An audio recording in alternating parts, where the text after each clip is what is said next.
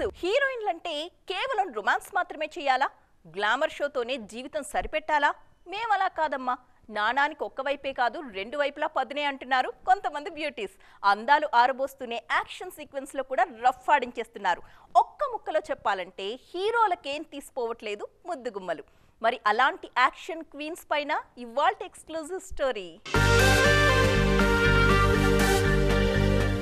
హీరోయిన్లు అంటేనే దర్శకులకు వెంటనే గుర్తొచ్చే ఇమేజ్ ఇదే. వాళ్లలోని గ్లామర్ యాంగిల్ వాడుకోవడానికే చూస్తుంటారు మేకర్స్. కానీ తమకు యాక్షన్ ఇమేజ్ కావాలంటున్నారు హీరోయిన్లు. హీరోలకు యాక్షన్ ఇమేజ్ వస్తే వింతేముంది, కానీ హీరోయిన్లకు కూడా యాక్షన్ ఇమేజ్ వచ్చినప్పుడే విశేషం. సుకుమారి, సుందరి మణులంతా ఇదే చేస్తున్నారిప్పుడు. కాజల్ అంటే ఇదిగో ఇలాగే తెలుసు ఆడియన్స్ కు. హాయిగా గ్లామర్ షో చేసుకుంటూ అప్పుడప్పుడు ఫ్యామిలీ సినిమాలతో చందమామలా అందరినీ అలరిస్తూ వచ్చారు కాజల్. కానీ ఇప్పుడు ఈమె మారిపోయారు. పెళ్లి తర్వాత లేడీ ఓరియంటెడ్ సినిమాలపై ఫోకస్ చేశారు. తాజాగా సత్యభామలో యాక్షన్ పాత్ర చేస్తున్నారు కాజల్. టీజర్ చూస్తుంటేనే సినిమా ఎలా ఉండబోతుందో క్లారిటీ వచ్చేస్తుంది. పెళ్లికి ముందు వరకు లేడీ ఓరియంటెడ్ సినిమాలకు దూరంగానే ఉన్న కాజల్ ఆఫ్టర్ మ్యారేజ్ మారిపోయారు. సమంత చూపు పూర్తిగా యాక్షన్ ఇమేజ్ పైనే ఉందిప్పుడు. యశోద, ఫ్యామిలీ మ్యాన్ 2 దీనికి నిదర్శనం. తాజాగా సిటాడెల్లోనూ ఇలాంటి పాత్ర చేస్తున్నారు శామ్. అంతేకాదు లేటెస్ట్ వర్కౌట్స్ కూడా అదిరిపోతున్నాయి. నయనతార ఎప్పటినుంచో యాక్షన్ పాత్రలు చేస్తూనే ఉన్నారు. మొన్నటికి మొన్న జవాన్లోనూ అదిరిపోయే యాక్షన్ అదరకొట్టారు నయన్.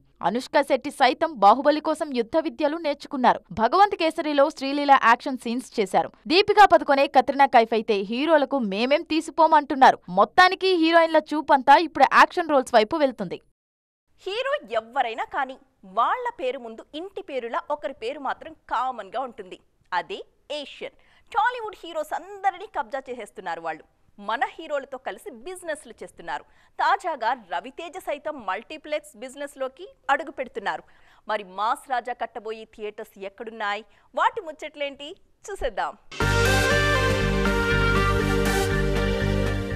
మన హీరోలకు సినిమాలు మాత్రమే కాదు, బిజినెస్ కూడా ముఖ్యమే. అందుకే ఇక్కడొచ్చిన డబ్బుల్ని అక్కడ పెడుతున్నారు. ఈ క్రమంలోనే చాలా మంది మల్టీప్లెక్స్ బిజినెస్ పై మనసు పారేసుకుంటున్నారు. ఇదే దారిలో రవితేజ కూడా వెళ్తున్నారు. దిల్సుఖ్ నగర్ లోని జ్యోతి 70mm ను రెన్యువేట్ చేసి అక్కడే మల్టీప్లెక్స్ నిర్మిస్తున్నారు రవితేజ. ఏషియన్ వాళ్లతో కలిసి రవితేజ ఈ మల్టీప్లెక్స్ నిర్మిస్తున్నారు. మొత్తం 6 స్క్రీన్స్ తో ఉన్న మల్టీప్లెక్స్ గా దీన్ని రెన్యువేట్ చేస్తున్నారు.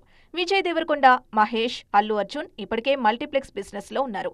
బన్నీ ఈ మధ్య అమీర్పేట్లోని సత్యం థియేటర్ ని పడగొట్టి అదే స్థానంలో AAA సినిమాస్ నిర్మించారు. ఏషియన్ వాళ్లతోనే కలిసి మహబూబ్ నగర్ లో AVD సినిమాస్ నిర్మించారు విజయ్ దేవరకొండ.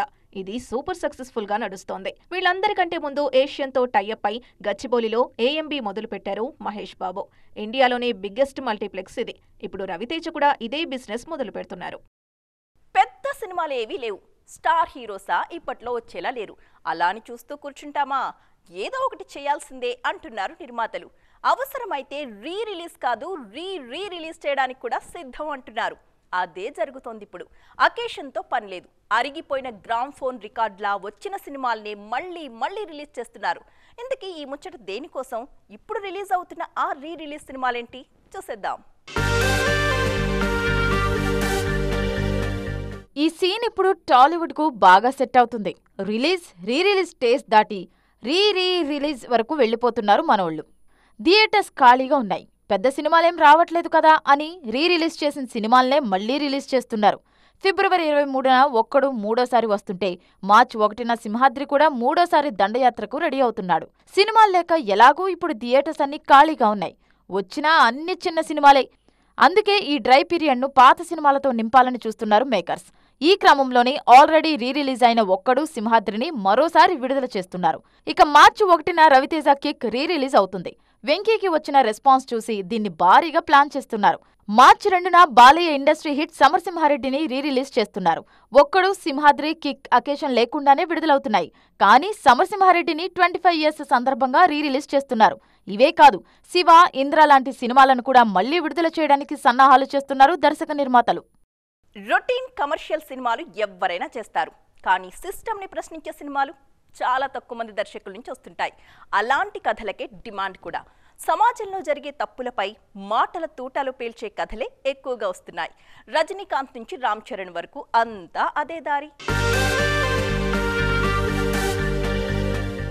కమర్షియల్ సినిమాలకు ఎవర్ గ్రీన్ క్రేజ్ ఉంటుంది. కానీ అందులోనే కాస్త సోషల్ మెసేజ్ కూడా దట్టిస్తే కొన్నేళ్ల పాటు గుర్తుండిపోతాయి సినిమాలు. అందుకే శంకర్ సినిమాలకు అంత డిమాండ్.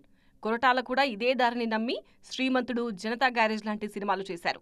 గత ఏడాది సార్ అంటూ ధనుష్తో ఎడ్యుకేషన్ సిస్టంపై యుద్ధం చేశారు దర్శకుడు వెంకీ అట్లూరి. పాయింట్ ఏదైనా సిస్టంలోని లోటుపాట్లను ఎత్తి చూపించిన ప్రతిసారి మంచి సినిమాలే వస్తున్నాయి.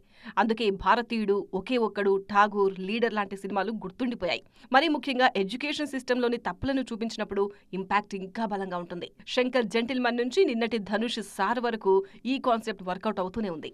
ఈ మధ్యకాలంలో ఎడ్యుకేషన్ సిస్టంలోని లోపాల గురించి చర్చిస్తూ చాలా సినిమాలు వచ్చాయి.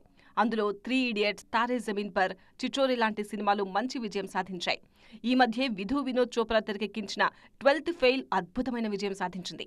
తాజాగా రజనీకాంత్ వెట్టయ్యాన్ సినిమాలోనూ చదువే ప్రధానాంశంగా ఉండబోతోంది. జై భీమ్ ఫేమ్ జ్ఞానవేల్ తెరకెక్కిస్తున్న వెట్టయ్యాన్లో 80వ దశకంలో మన దేశంలోకి వచ్చిన కార్పొరేట్ ఎడ్యుకేషన్ సిస్టంలోని లోపాలపై ఒక పోలీస్ ఆఫీసర్ చేసిన పోరాటాన్ని చూపించబోతున్నారు.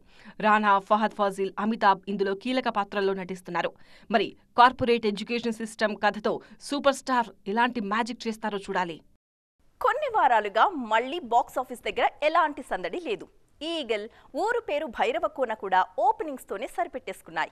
ఈ వారం పేరున్న సినిమాలేం రావట్లేదు. అలాగని తీసిపారేసే కంటెంట్ కూడా కాదండోయ్. 1, 2 కాదు, ఏకంగా 9 సినిమాలు ఈ శుక్రవారం రిలీజ్ అవుతున్నాయి. మరి అవేంటి, అందులో ఏది ఆడియన్స్ ని ఆకట్టుకుంటుంది? Have a look. ఫిబ్రవరి 23న 9 సినిమాలు వస్తున్నాయి. అందులో అన్నిటికంటే వైవాహర్ష హీరోగా నటించిన సుందరం మాస్టర్ పై కాస్తో కోస్తో అంచనాలున్నాయి. కంటెంట్ ను నమ్ముకుని వస్తున్న ఈ సినిమాను రవితేజ నిర్మించడంతో ఆసక్తి పెరిగింది. అలాగే మరో కమిడియన్ అభినవ్ గోమటం హీరోగా నటించిన మస్తు షేడ్స్ ఉన్నాయిరా కూడా ఇదే వారమే వస్తుంది. 3-4 నెలలుగా వార్తల్లో ఉన్న రామ్ గోపాల్ వర్మ వ్యూహం ఎట్టకేలకు ఈ వారం విడుదలవుతుంది. వివాదమే ప్రధానంగా ఈ చిత్రం వస్తుంది. ఇక బోల్డ్ లవ్ స్టోరీగా తెరకెక్కిన సిద్ధార్థ్ రాయ్ సైతం ఫిబ్రవరి 23నే వచ్చేస్తోంది. అతడు, ఆర్య లాంటి సినిమాల్లో బాలనటుడిగా నటించిన దీపక్ సరోజ్ ఇందులో హీరో. మలయాళంలో సంచలనం రేపిన Mammootty black and white cinema బ్రహ్మయుగంను తెలుగులో సితారా ఎంటర్టైన్మెంట్స్ విడుదల చేస్తున్నారు. వీటితో పాటు అల్లు అర్జున్ బావుమరిది విరాన్ నటించిన ముఖ్య గమనిక, కొత్తవాళ్లు నటించిన మరో 3 సినిమాలు ఈ వారమే వస్తున్నాయి. బాలీవుడ్ నుంచి ప్రియమణి, ఎమీ గౌతమ్ నటించిన ఆర్టికల్ 370, విద్యుత్ జమాల్ హీరోగా నటించిన క్రాక్ సినిమాలు ఫిబ్రవరి 23న వస్తున్నాయి. ఏదైనా హద్దుల్లో ఉన్నప్పుడే కదా ముద్దుగా ఉంటుంది. అది ప్రమోషన్ అయినా, పబ్లిసిటీ అయినా. ఒక్కసారి ఆ బోర్డర్ క్రాస్ చేశారా, దాన్ని పబ్లిసిటీ అనరు, పిచ్చి అంటారు. అప్పుడప్పుడు కొంతమంది అలా గీత దాటుతూ ఉంటారు కూడా. తాజాగా సీనియర్ రైటర్ ఒకరు ఏం చేశారో తెలుసా? ఏకంగా శ్మశానంలో టీజర్ రిలీజ్ చేస్తున్నారు. మరి ఆ రేంజ్ పిచ్చి చూపిస్తున్నది ఎవరో చూడాలనుందా? Let's watch. ఈ సీన్ అందరికీ గుర్తుండే ఉంటుంది. అంత ఈజీగా మరిచిపోయేలా కూడా దీన్ని రాయలేదు త్రివిక్రమ్. ముఖ్యంగా ధర్మవరపు చెప్పే కొంచెం ఆడు కాదు, పిచ్చంటారండి దీన్ని అనే డైలాగ్ అయితే అదుర్సంతే. అసలు ఈ డైలాగ్ ఇప్పుడెందుకు అంటారా? తాజాగా టాలీవుడ్లో ఓ సినిమా టీజర్ లాంచ్ శ్మశానంలో ప్లాన్ చేశారు. దీన్నేమంటారు అనేది ఆడియన్స్ డౌట్. చూస్తున్నారుగా, శ్మశానంలో టీజర్ లాంచ్ అట. వినడానికి వింతగా ఉంది కదా. ఏం చేస్తాం, పబ్లిసిటీ కోసం ఎంత దూరమైనా వెళుతున్నారు మన దర్శక నిర్మాతలు.